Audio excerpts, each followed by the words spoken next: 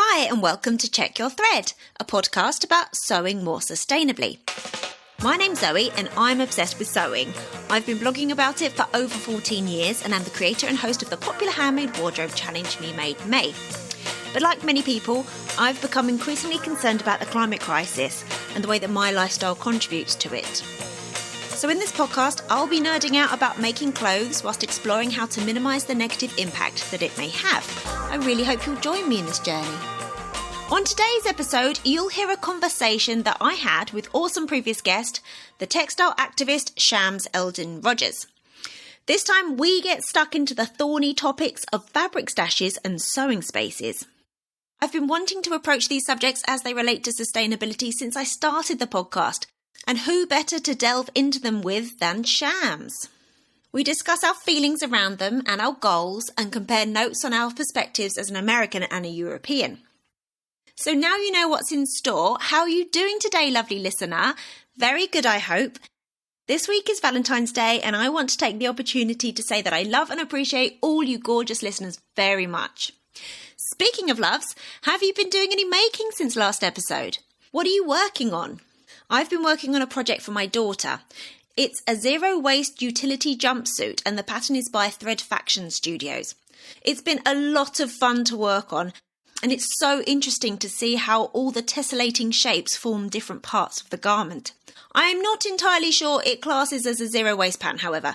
There is a lot of fabric left over from what the pattern advised to buy, but the remainders are very usable large rectangles. I also wanted to tell you about a sewing-related challenge that's kicking off on Instagram this week.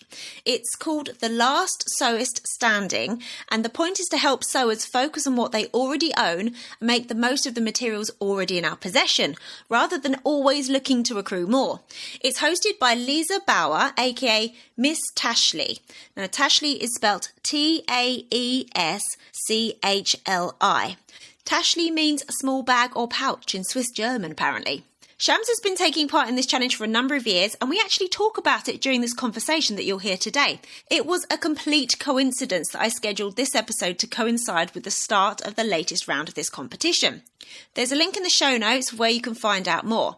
However, in brief, it's effectively a self-imposed ban on sewing-related spending and the fun bit is seeing how far you get.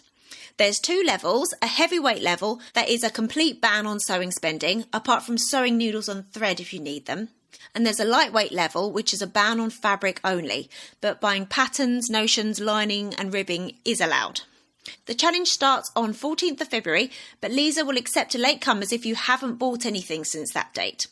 Everyone participating is assigned a race number and you automatically start in the heavyweight level.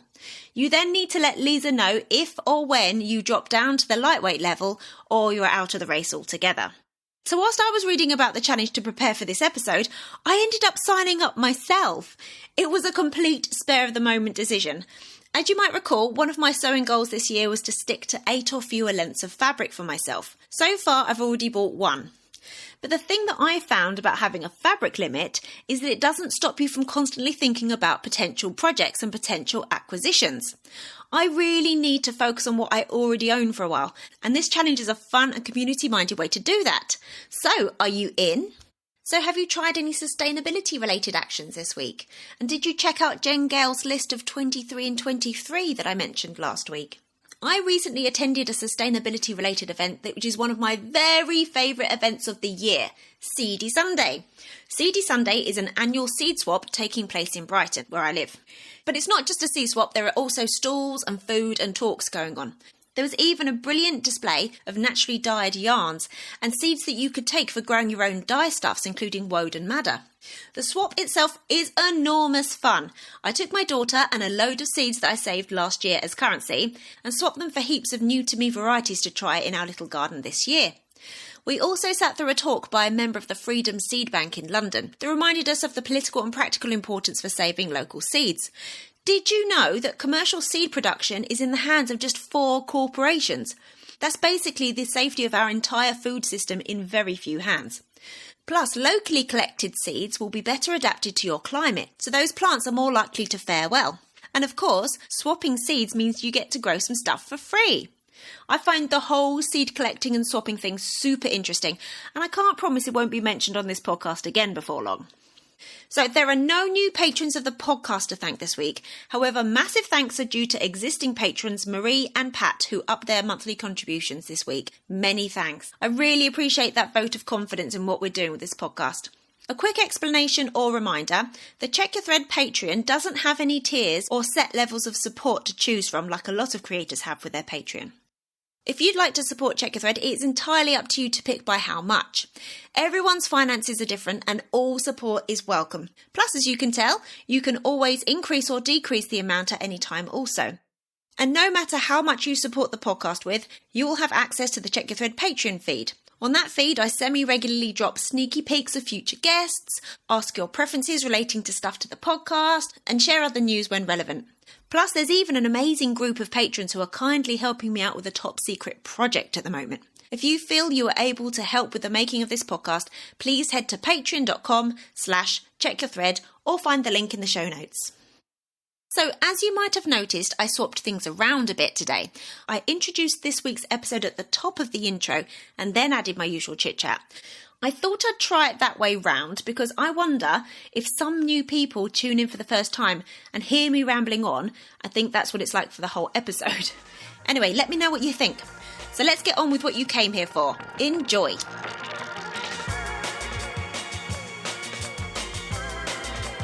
Thank you so much for doing this again.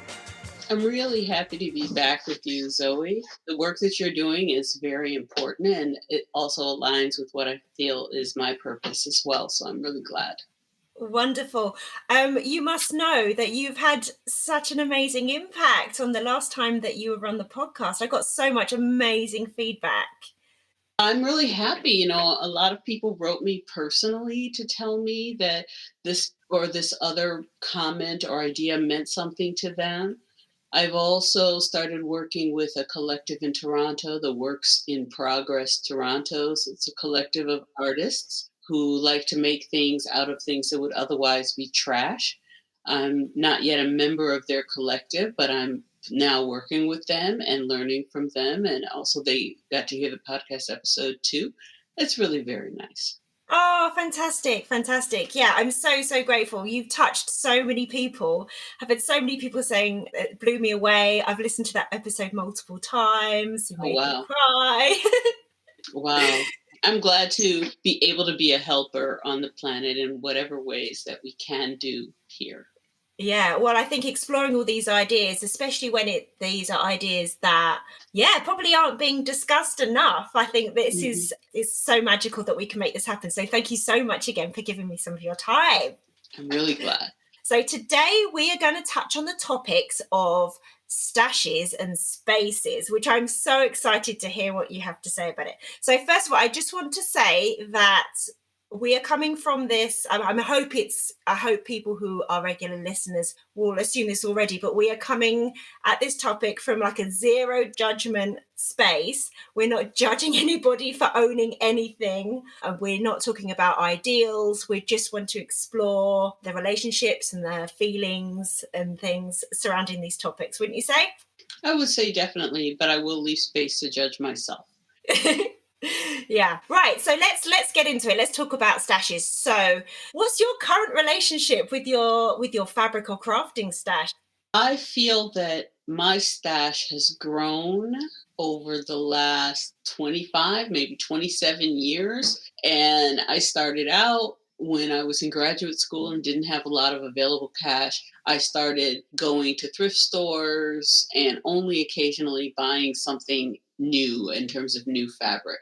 But after getting out of graduate school and getting my first job as a teacher in 2001, I also worked while I was in graduate school, but getting my first full-time job, I looked at that as an opportunity to buy some things. And I gave myself a budget of only $100 a month for craft supplies. And $100 a month, and this is now on 2022, I have a lot of things, because if you're knitting with thick yarn, you can knit up $100 worth of yarn in a couple of evenings. Wow. But if you're knitting with thin yarn, you're going to need more time to knit it up. And if you've been buying it on sale or at garage sales, then it obviously the amount of time it takes you to knit up or sew up each $100 gets greater and greater.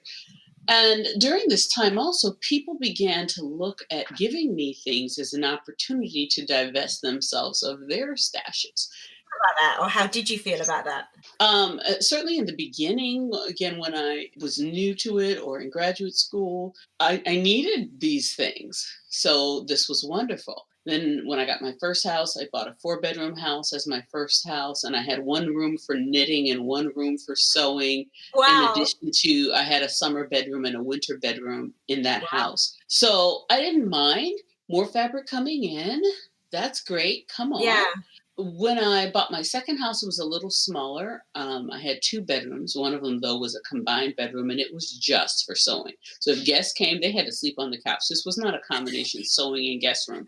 This was IKEA metal baskets all the way to the ceiling with stash. Right. Then more stash coming. I kept thrift sailing. I kept going to the Salvation Army or the Ann Arbor PTO thrift shop, parent teacher organization thrift shop. And again, people giving it to me, they knew they had too much, Mm. but I didn't know I had too much. Traveling overseas, sometimes you're in a country where you won't be able to go again. Yeah. So I'm getting more fabric there because I know I won't be back there to get more of whatever it is they have there. Then two major stash entrances came. My mother in law, who was a celebrated quilter, I got a lot of stash from her, about 14 tubs, big tubs. Whoa. And then a teacher at a school that I was, they closed down home ec, and she Oh. gave me home ec. She gave me as much as she could from the home ec room, saying, I know you teach, I know you give workshops, I know you're always doing it for free. Just take it, put it in your personal stash, or do whatever you want with it. So I'm giving everybody seam rippers, I'm giving everybody scissors, I'm giving everybody tape measures, and giving everybody fabric. But all of my fabric acquisition, plus the other fabric acquisition, when we moved into this house in Toronto, there were 104 boxes of craft supplies or craft books. And we're saying a big old box. And there's been more since then. I have no longer needed to buy $100 per month. I've had to just say no. But stuff keeps coming in for free. People are calling me saying, oh, my mom has passed away. Do you want the clothes and fabric, or can you find it to rehome? So I take it and I'm going through it. I'm washing it. I'm sending it out to go to this refugee organization or this family that has just had a fire. But also, I'm taking some of it and sewing it myself. It's out of control right now. There's just no other. So you say, what's my relationship with it? I love the fact that I've acquired things, such as going out into the street when somebody has put an umbrella out there for trash pickup, a large patio umbrella with my scissors and harvesting that canvas. Yeah. That's great. I've got to go to a painting party at someone's house, and they said, go to Dollar Village or something and buy a canvas. I go, hey, I got a canvas here. I got all Yeah. this canvas from this thing. But this can't continue to go on. So my relationship with my stashes, I love it, but it's too large. Right. So you are actually involved in a couple of challenges related to your stash at the moment, aren't you? Can you Exactly. talk to me about those? So I'm succeeding very well in 2 contests. One of them is called The Last Sewist Standing. That's by Miss Tashley. And this started in February. And she's asked people, if you want to participate, you can't buy anything at all. The heavyweight category says no sewing related things whatsoever. No thread, no patterns, no nothing. So that's the Wow. heavyweight. And you can also drop out of the heavyweight but stay in the competition if you just don't buy fashion fabric, but you can buy lining, interfacing patterns, or whatever. Okay. What league are you in? I'm in the lightweight, not the heavyweight, because I went to the Textile Museum of Canada, and it has a room where you can buy fabric and books and things that have been donated at very good prices. I bought several pattern books. I also bought 3 episodes of Tauko magazine. So that makes me in the lightweight. But in terms of thread or anything that's textile, oh, we don't need any of that stuff right now. And I don't know how far it's going to go. She said that last summer it went into September. I can go for the foreseeable future without buying any fashion fabric. I love this. We'll see how that proceeds. Do you know how many people started and how many people are still going? It doesn't say. The posting is kind of people just signing in and saying hi without a number being counted. But as Right. far as I know, lots of people are still in it. And, if somebody's listening to me and they're just starting out and they're saying, how does that ever happen? Well, I told you how it happens.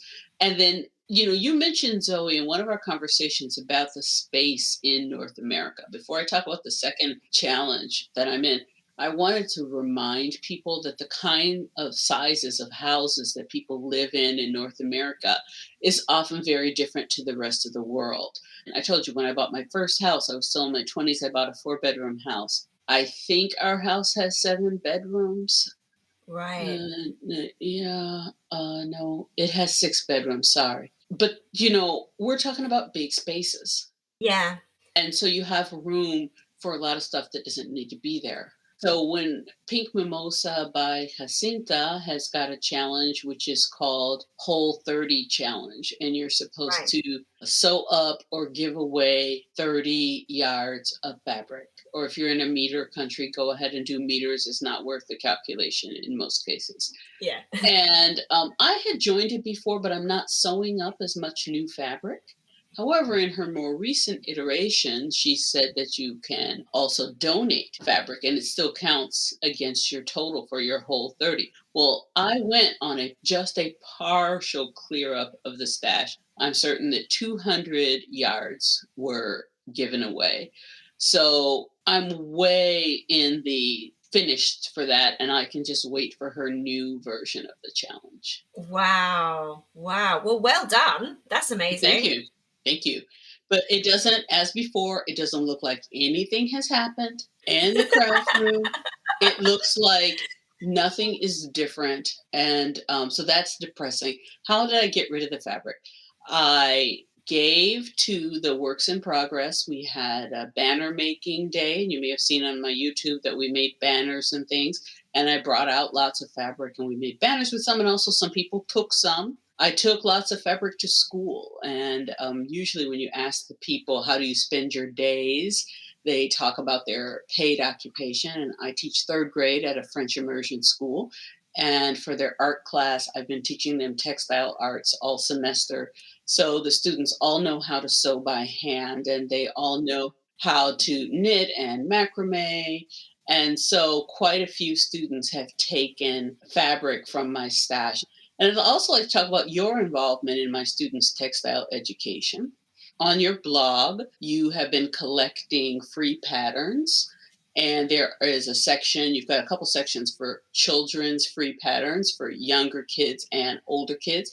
So I put that onto their classroom computer library, and they have been looking at them, and some are printing out some shorts that they are trying to do. Remember, these children are only 8 years old. This is making me so happy. Oh, good, good.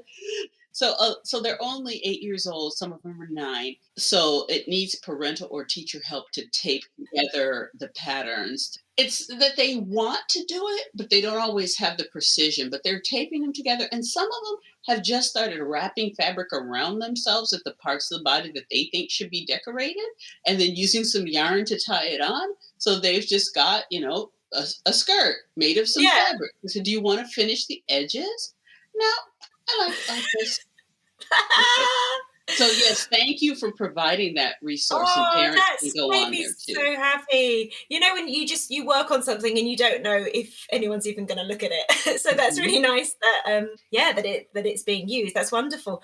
I love that, and I love that. I mean, even if they're not that interested in like neatening the edges, the fact that you are encouraging them to think of themselves as creators, Mhm. as people who can be involved in the creation of what goes on their body, like Mhm. that's That's pretty powerful. I'm so thrilled. My whole life, I've been teaching in secondary or higher ed. And when I came to Canada and they had a need for French teachers, people said, oh, they have a greater need for elementary teachers. I said, I'm not an elementary teacher. What do I know? But I'm so excited and happy that I can use some of this concern for the environment that we've talked about before. And you've seen me posting about working with the kids, understanding polyester is plastic, you're wearing plastic, and talking also about, though, the effects that natural fibers can have on the environment. That it's not just enough to say, okay, well, this isn't polyester, it isn't nylon, so we're good to go, and to talk about waste and stuff. So it's really fun to say we have standards that we need to adhere to, and some of those standards are becoming a creator. Mm. And so then I can choose to interpret that in the way that I want as a teacher and as an artist. I was at first frightened, like, I'm going to teach art. How am I going to do this? He said, wait, you are an artist. You have a body of work in one particular medium. So let's go with that. And it's going great. Thank you for putting that up there. And I also know you have 2 episodes about sewing for children and sewing with children. So I'm making those available to the parents as well, so that they can, because the parents can go on the links, whatever links you give the kids, the parents can log on. And so that is available as well. So thank you for that. Lovely. Oh, no worries. I'm going to go and I'm going to update those blog posts now, because I'm like, I wonder if some of those links need up refreshing. So I'll go and see if I can add any more and remove any Oh, well, ones that are thank you. dead links and stuff. So in terms of your relationship with your stash, what is the goal? So what do you feel would be the ideal relationship? I've decided to renovate my basement atelier. So that represents, we can say, one of the bedrooms in the house, but it's really big. And I've been sewing in it sporadically. I also have what was the master bedroom of the house as my upstairs studio, but I need much more space than Right. that. So I've been sewing in the basement. I also been sewing in the basement because we have a political opposition to air conditioning, my husband and I. We believe that air conditioning is bad for the environment. No, I'm not judging you, listeners. I'm saying we believe. So we don't use air conditioning. We are concerned that what if the neighbor's kid is outside playing and falls and hurts their leg and no one can hear them? Everyone's windows are closed. What's the point, we feel, of living in a city if everything you do is to disconnect yourself from the humans that are out there? So we had the air conditioning taken away when we bought this house. We had the ducts taken away, and we don't use air conditioning, but it's mighty, mighty hot in Right. the west facing second floor in the warm weather. So I've been sewing down there, and I've got tables there. The lighting isn't sufficient. The storage isn't well organized. It's really just a bunch of garage shelves with these tubs that I mentioned earlier, the ubiquitous tubs, with these tubs of fabric sitting on them. It's not the way I want. So my plan is to redo that whole basement and change the lighting, replace the bathroom, which I think is about 80 years old, and we've been told the shower is leaking down into the foundation of the house. Just get everything fixed up there. And that can't happen until the stash is somewhat controlled, because in order to take it and put it outside so they can do this work, we have to put it into some kind of a rented pod or something for them to do this work. It needs to be contained. It can't be spilling out of these boxes because there's too much of it. So I'm trying to limit the stash right now. I've been going through it. I've been deciding first, if it's cotton, it has to meet a very high bar to be able to stay. Right. So this is the criteria for what's going to Right. stay and what's going to go. Right. Cool. Okay. If it's cotton, it has to meet a very high bar to be allowed to stay, because there's so Okay. much cotton, and because I don't mostly sew with cotton. I Okay. mostly sew with linen, silk, and wool. If it's knit cotton, it can stay. It may get made into gym clothes or something. Then there's also a lot of the linen, hemp, and wool, and also silk. So it has to be examined as to whether there has an upcoming use for that, or it's a pretty color, but it's not the colors that I'm going to wear. Yeah. I was going to say, do you have a color palette in mind when you're selecting Um, what? I like royal blue, hot pink. I also like some nature colors that are closer to the colors the fibers would be. And I don't need very much yellow, green, and deep brown Right. in my wardrobe. So those are related to it, but often it's patterns that are an issue. Right. So I'll have a pattern that's a beautiful pattern in and of itself, but let's be honest. What do you really see yourself wearing from this pattern? Putting it up to my body, saying, how do I feel about this? Do I like the way it hangs? Does the drape mean anything to me? Sometimes saying, it's beautiful, but no.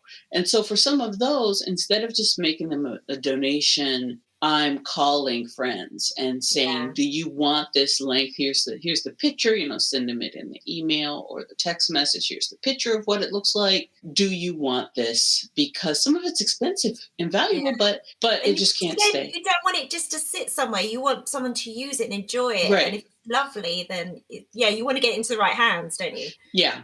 And then there's also things that are not original fabric, but that are intended for upcycling that are in my life, but that also have to go. Such as I have some quilts from my aunt's house, and I cleared out my aunt's house of the textiles recently. So there's other things around that aren't clothing fabric, but that are taking up space and have to go. So my ultimate goal is to have the lighting correct so that I can see without glare or other difficulties, and to have storage for whatever stash is remaining in a way that is organized and that feels ethical. I went Right. back, I listened to your episode 8 again, where you said, what is sustainability? And we're addressing each person has to make these decisions. What is going to be the sustainability? What is going to be the ethical choices for you? I don't think it's good for me to just go to IKEA and order everything and buy a creating area when there are things available that could be used. Yeah. And so people often when talk about what do they want for their sewing room, but I also want it to be sustainable for my health and my Mhm. husband's health, and as much as possible for the planet. So I can go on the websites such as Craigslist or Kijiji, which is kind of a specific Canadian version of Craigslist. And there, any type of IKEA shelf that you want, there are many of those on offer Yeah. throughout the greater Toronto area. And I have a van. We've talked before about my having a camper van. You can fit these things inside. So by having too much stash, I'd be using more gas going to more people's house to get Right. their thing, to get their shelf units. And then I'd be paying more people to bring it into my basement. Also, and thinking, how else can I be as sustainable as possible? I saved drywall and I saved dimensional lumber from the previous renovations. I saved as much as I could without being overflowing. So, as much as possible, I'd like those things to be redone. And when you think about the flooring in a sewing space, I've been reading some books about sewing spaces and going on to blogs and Pinterest and so forth. And people often tell you you should use resilient vinyl on your floor in your sewing space because that is better for your knees and legs. So that's attractive. I hear that. But resilient vinyl, it's plastic. It off gases and it's not helpful on the long run for the planet. So I've considered ceramic tiles. And my friend has suggested, why don't you just use rugs on the areas where you would need to stand? You don't have to go to this luxury vinyl, they call it. But also, I found out that you have companies that can come over and polish your existing concrete that you already have on the Oh, basement floor after we took up that moldy carpet. that's gone. They can polish your basement floors and then it can be painted with porch, deck, and floor paint. So the volume of what's coming to your house is a can of paint or 2 cans of paint as Yeah. opposed to the stacks and stacks of boxes of tile or the stacks and stacks of, again, that resilient luxury vinyl, which just seems beyond the pale. So in renovating, I'm definitely going in the direction of the concrete I love this so much because this is really basically I've been doing a bit of work writing a manifesto for the podcast and Hmm. for my own life, really. Hmm. And that's kind of the fundamental of it is my goal is to make sustainability a consideration in every single decision that is made and Hmm. to encourage that. And I love that because this is really that in practicality, like you are Hmm. considering the sustainability of every aspect of this renovation as it relates to yourself and as it relates to your space and your requirements. So this is really fascinating.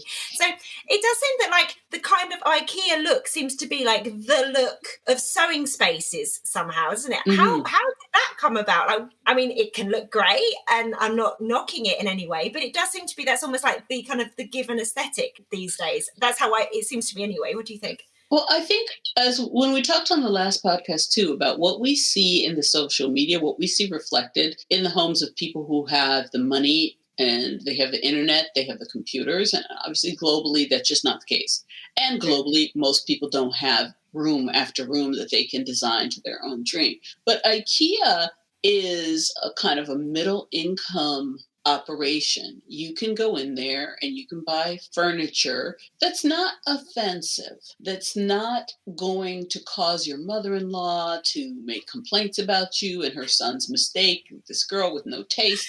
It's it's all okay. So I have a rule that there can be no more than one piece of IKEA in any room in the house except the sewing room. IKEA has its own take on Scandinavian modern. For me, I only allow one piece per room except the sewing room. So Right. sewing room, it's easy because a lot of times you want a light colored sewing room. You Mm. want the light to allow you to see very Yeah. well and also You want to drop a pin and you want to be able to find it again. right. And you want to see the colors of your work, perhaps not as much influenced by the colors of the wall and ceiling and That's a your good soft point. textiles Yeah. and so forth. So you can go to IKEA and you can have a whole match set of, laminates on top of your furniture. And if you don't move a lot, it's great. And even if you move a few times, the things often will stay together very well.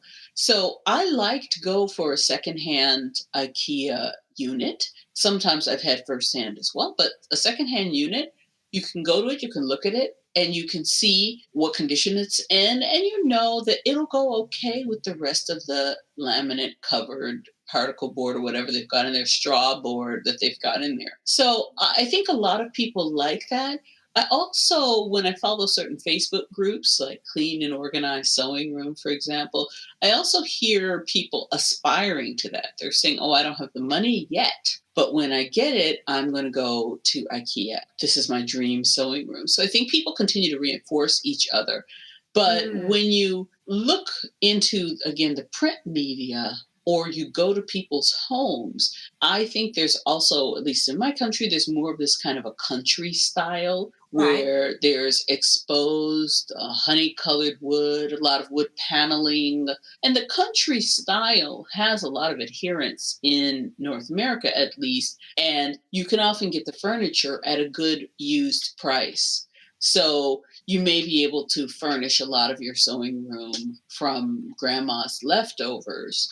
And as the baby boomers are passing away and their children are dealing with the remainders, a lot of that can be obtained very cheaply. So, my goal for what I have is that I've bought some of those things from where grandma was passing away, and her tables and setup of wood are there. And Right. I've got some wood paneling already in that room that's going to stay. There's a lot of pressure. We've talked about this before, and I know other people have talked about this before. When we look at any medium, whether it's social media or the more traditional media such as the television, they are lying about how much money and how many resources and how much space people actually have.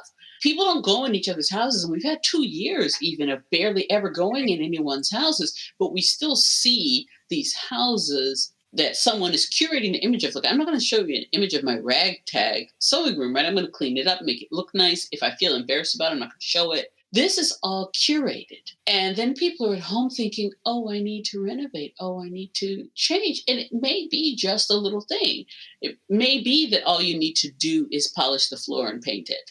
You may Mm-hmm. not have to completely change something physically. So I'm trying to use resources that I already have that can fit in. And I hope to encourage people who are listening, and people who don't hear us now, maybe they'll listen to your podcast in 10 years. They'll be going back to these double digit episodes, and that they'll say, right, it doesn't matter if I have a budget big enough to buy new stuff. Do we have an earth big enough for everybody to buy new Yes. stuff all the goddamn time?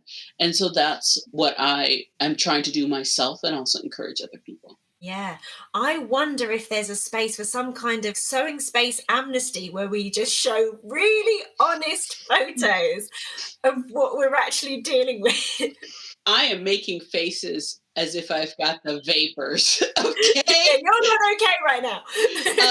I'm saying, I'll go first. okay, you can go first on your sewing amnesty, and you have so many lovely followers that I'm sure some of them will also go on sewing space amnesty. But I don't want pictures of my mess to live forever. And It's not compulsory. it's good. I think more than sewing space amnesty, let's say Sewing space reality. showing space reality. Okay, I would like to see people's DIY or stooping. There's an account here, Stooping Toronto, where they go around telling you if they've seen any free stuff on the street. And other people also text in with photos they're seeing in the address. I would love to see someone's street gathered sewing space. That's And basically mine. okay, good. I thought your sewing space was mostly the dining room. It is, yeah. Oh, So okay. it is. So yeah. So this is interesting, isn't it? And we're kind of in a way representing the kind of I mean, I am very privileged in my own way in that I have a space where I can keep my machine up all the time. Mhm. And that is a privilege in and of itself. But I guess I more represent, and once again, this is a generalization, the European amount of space for craft. And I have a small, it's a 1950s kitchen table, like a formica top that my sewing machine and my overlocker live on, but it's not very wide, so I have to like switch, depending on which machine I want to use. And then I have 4 big hideous IKEA tubs that I have had for over 20 years. They're all duct taped together and they've got all my scraps in. And then I have a small ropey little set of shelves that I got from when a friend was moving out and no longer wanted them, and they've got my binders of patterns in. And I just bought new. I did look for best part of a year for an equivalent secondhand and nothing came up. When I can't get something secondhand that is suitable and new becomes then the next option, I will buy the best quality that I can afford because it's going to last me as long as possible. So I have this beautiful larder that I bought at the beginning of the year that is kind of navy blue. So it's like a wardrobe basically, but with shelves inside, and that contains a lot of stuff and it's beautiful and I'm going to have it forever. And for my birthday, I think it was last year, my husband found like a 1960s sewing box that I keep my, my notions in. So that's it. But that's not where my fabric lives. My fabric lives on a shelf in our airing cupboard in the bathroom. A shelf? A shelf. It's a deep shelf. It's a deep shelf. A shelf. I'm applauding you. I'm applauding you. But it feels, so this is the thing. This is what I find so interesting in that I feel I have too much. I feel I have too much fabric because it is still bursting from the space that I have. So I'm on a mission to reduce my stash. Like I've catalogued everything that I've got. I've got it on a Trello board on my phone. Mm-hmm. So any ideas I have that might be relevant to those items, I catalogue those ideas. My goal is to use, because it's based on my sewing output naturally, but my goal is to use one piece of fabric or garment for refashioning every 2 weeks, which is roughly the amount. Generally, I'm making like one thing every 2 weeks.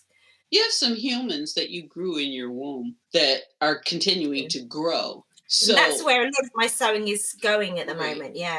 Right. So I'm listening to you and I'm saying, wow.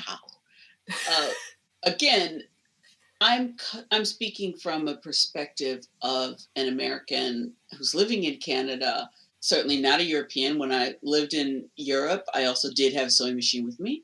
but I have a lot of space, as we discussed earlier. So when we're talking about the equipment that I have that I use for sewing, I have a cutting table, which Hmm. is made from those IKEA Kallax shelves with an Uh-huh. extension table above it so it can be lengthened. So a cutting table. The reason it can be lengthened is I wear a lot of long garments that go from shoulder to ankle. And so I need a longer table to be able to cut those out and not have the fabric part of it draping over the edge. I also have a pressing table, which has got the big square ironing board that I got from a neighbor when they were downsizing. Yeah. I have, in terms of tables for sewing on, an old kitchen table, the wooden one that I reduced the legs on. I have shaped table to fit in the window into a, what do you call that, a bay window on Yeah. shelves. I have a 9 feet of table for the serger, and if I want to use the AccuQuilt die cutter, I also have a 10-foot unit with tables and holes for sewing machines. Another table that has a sewing machine built into it. In terms of sewing machines, and so we're having amnesty, I have two computerized Husqvarna sewing machines. I have three vintage Husqvarna sewing machines. I have a Singer hand crank and a Singer treadle. Wow. I think that's all. I literally have worked in sewing schools, smaller and less well equipped. Oh, I have an iron press. What's an iron press? It's a big flat iron. I think you might call it a mangle, and you push like this. Oh, no, a mangle is like two rollers. Oh, okay. No, I had that, but I sold that. So the iron press is when you want to fuse, or you just have a big piece of yardage. And some Yeah, people are real ambitious, and they do like their husband shirts in it. that's old. I have used one of those when I had a job for a while making hats, and it was like to fuse the interfacing onto Yeah, yeah, yeah, the brims yeah. of the hats. You Yeah, could do that with it too. I have those things, and I didn't mention the knitting, the embroidery, the beads, and the yeah. Let's stick to sewing right now. yeah. Let's just stick to those. I also have a loom here, which I took a class in, but I still don't really know how to use properly. So Which is not to say I'm not envious of a lot of it. It's like I would love to be able to keep my ironing mhm. board up permanently, but I can't. I have to take it down otherwise. Or sometimes I leave it up because the cat's sitting on it or whatever. But so it's not to say that I wouldn't like a bit more space, but then I worry that I would never put anything away. Well, it's not environmentally sound. Okay. So my situation is I'm married to a concert pianist. We needed a house which was not attached to anybody else's house so that the sounds of the piano don't echo through the other people. Their kid is trying to nap, for the love of God. And you've got this person with all this power banging on this huge thing. So in doing so, you also need 9-foot ceilings. And in Right. doing that, you wind up with a bigger house than perhaps some other ones. This is not the biggest house at all in Toronto, but this is bigger than some.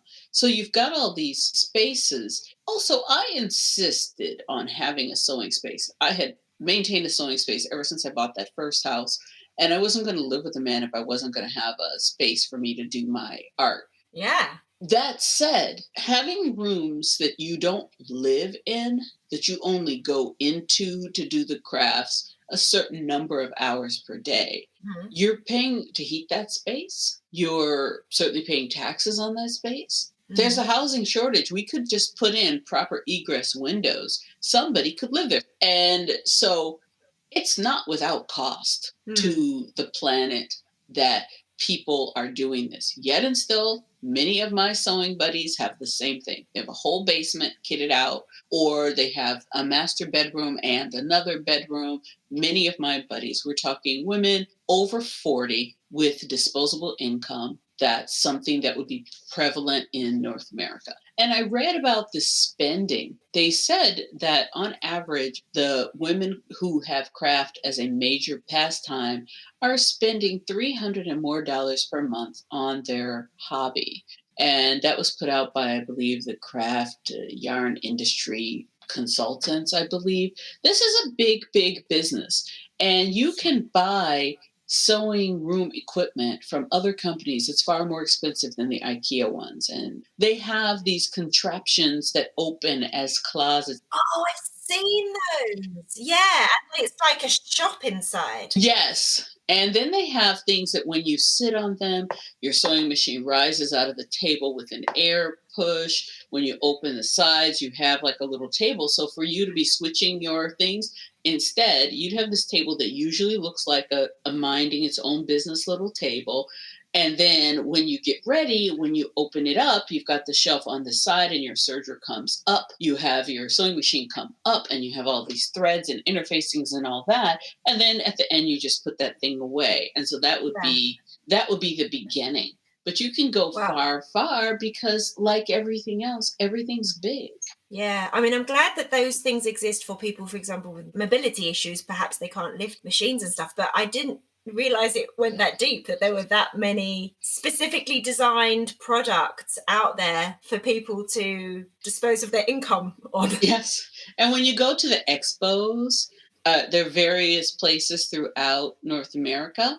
And then the manufacturers come and they have these pavilions where they are attempting to convince you that their product is good. And frequently their product is good. I'm not saying their products are bad. Yeah. I'm saying that I have a lot of them. I said at the beginning of this, I'm not judging other people, but judging myself. I'm not planning to move out of this house. I'm not planning to give it to the Huron-Wendat or the Mississauga or the New Credit or the Petun First Nation, whose land was stolen to make Toronto.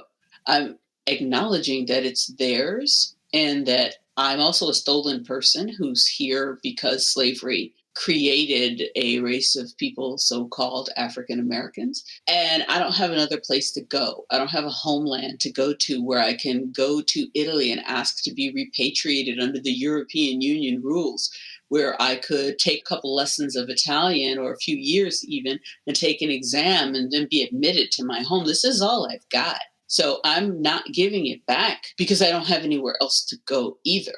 But I'm acknowledging that it's still bad. At the same time, I know I built a tiny house. Did I tell you about the tiny house before? No, tell me about the tiny house. You know, the little tiny houses on wheels? Yes, I'm obsessed with watching programs about them. So I built a tiny house. I don't say I built. I did almost none of the hammering. I paid to have this built. And I have it in my backyard in Ann Arbor, Michigan. And it's legally a craft studio. Then I was teaching overseas and I came home 2 summers and I stayed in my tiny house while I had renters in the main house. And I did do crafts. I did do knitting out there. And I did have craft books out there. And that's all very nice until I fell in love with somebody that has to live with a grand piano. Okay. But I aspire to tiny living. Interesting. But I have even more craft things that if you packed all of them in, they wouldn't fit all into the tiny house. Right. Okay. So stop there. Let's unpack this a bit. So you've got that because you have that experience of tiny house living that is like, you know what that was like.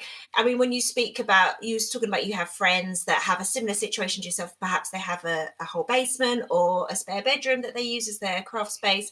Mm-hmm. Do you think that the way that you feel about your space is represented? I know obviously we can't talk for other people, but when you're speaking with them, do they feel similarly? Like, would they like to be able to potentially downsize to that extent? I do have some friends interested in tiny house living, but they don't overlap with the friends with the extensive in-home studios. It's really interesting. And, you know, when we talk about women's rights and women's power, when I first bought my first house, I was one of the few women I know who bought a house without ever having been married or living with a man, who saved her down payment and bought her house, and it was just hers, and she could make it as craft palace if she wanted.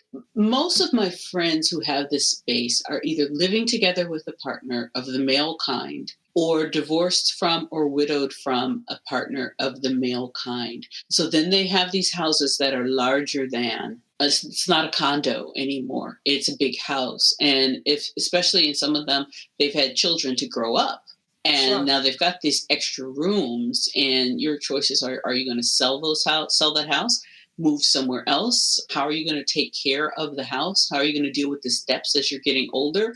So my friends who are in the houses with the big stash of creative products, when they discuss downsizing, they're discussing it from the question of, am I going to be able to maintain this house as I get older? Am I going to be able to access the basement stairs or the Right. attic or wherever they have their room? Even my thrifty difty friends, I think, are not moving to divest themselves of the great amount of space unless they're feeling it's aging. Whereas my friends Right. who are trying to have reduced spaces are usually already reducing in other ways. Interesting. So the Venn diagram, you're the only one in the middle. Well, yes, I guess, but they also, for all I know, maybe they're dreaming of smaller spaces and they just haven't gotten on a podcast and told all their friends. I mean, I think it's difficult. And I just talked about the intersection of gender and about heterosexual relationships and about space. The tiny house movement in North America, it started out with an architect who was a man, Mhm. and people started following this guy, and physically building the tiny house is also kind of a great man task in the way we think about time in North America. We often think that men spend their weekends building stuff. And art of any practice, most practices of art take up a lot of space. If you're going to run a sculpture studio, and so I have a friend and former colleague who built a sculpture studio over her garage. If you're going to have the weaving, if you're going to have, I guess, painting, all of these things require space for you to Mm. do your art. And for the women who are fortunate enough to have that space to do their art, I see very few people wanting to give that up. Yes. Oh, that's so true. That's so complicated. I'm very lucky that I do consider my husband an artist, but he's a writer, which I think is the one exception to what you were saying. He's very self. He's got like a laptop and a shelf of books, and But yeah, that's I was saying it. just one shelf. I was wondering, don't they have lots and lots of bookshelves where they? He don't know. We have three bookshelves, Mm, three in mm, our home, but one of them's mainly my sewing books and craft mhm. books. So yeah, we have a lot. We have to have an in and out. We can't hoard. Not hoard's the wrong word. We But, can't kind of keep things you for know, long. Like if we don't really love them.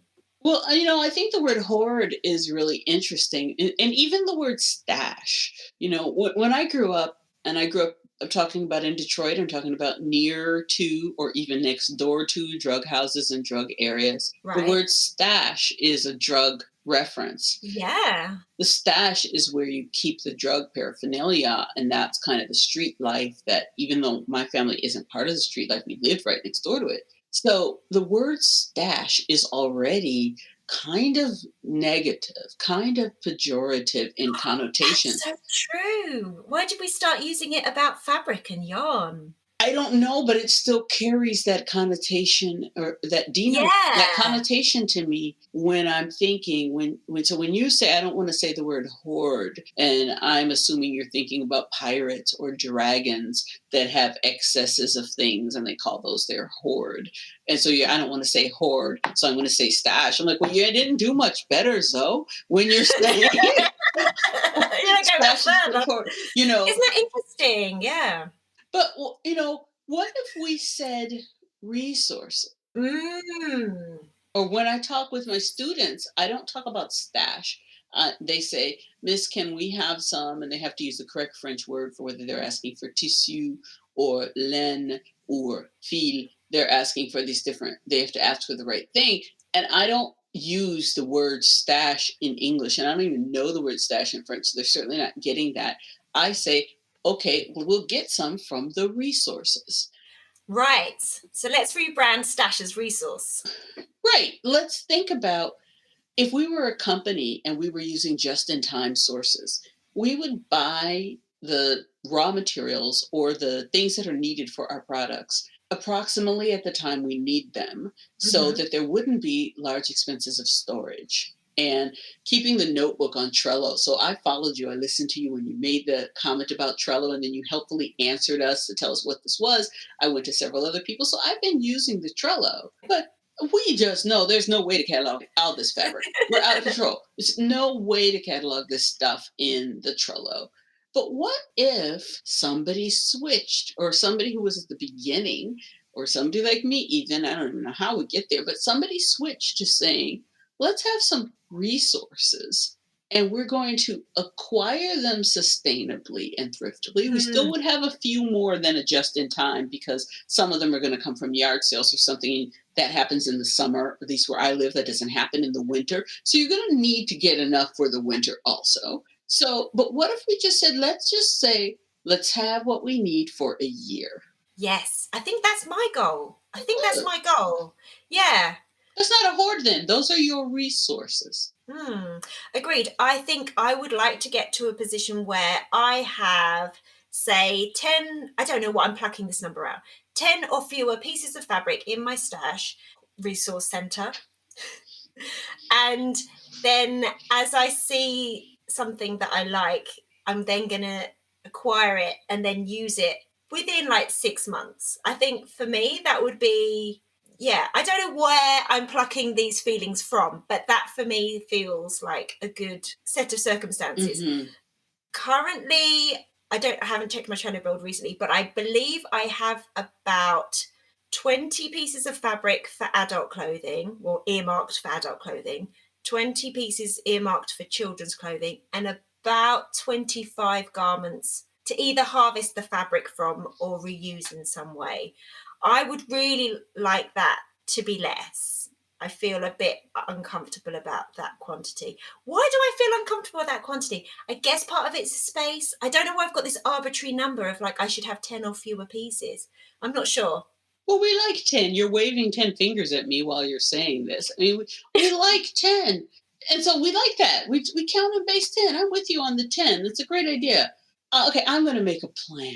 You can all Please. witness. I would like to fit my fabric resources into no more than 3 packs wardrobes. Right. Is that an IKEA wardrobe? Yes, it's an IKEA. It's a large, tall IKEA wardrobe. I'm literally ecosiering that as we speak. Okay. Let me see. Oh, okay. So, But the main one, not the double ones, 3 of the main size. So the ones where the doors fold open, the 2 that fold open like this, oh, okay. Yeah. only 3 of those. And you're like, okay, that sounds like a lot more than 10 for adults and 10 for kids. I'm just saying the fabric has Oh, you don't have to use my. Well, my I can't anyway. We've just gone over that. I can't. If they can't fit into the 3 paxes, they have to be gone away. Oh, they're telling us we're leaving the session in 55 seconds.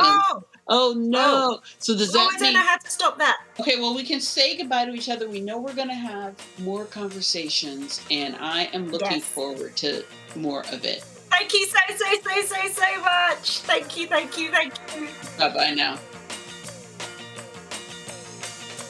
Thanks so much for listening. I really hope you enjoyed this episode and are left feeling inspired. For more info about the podcast, including show notes for this and every episode, head to checkyourthread.com.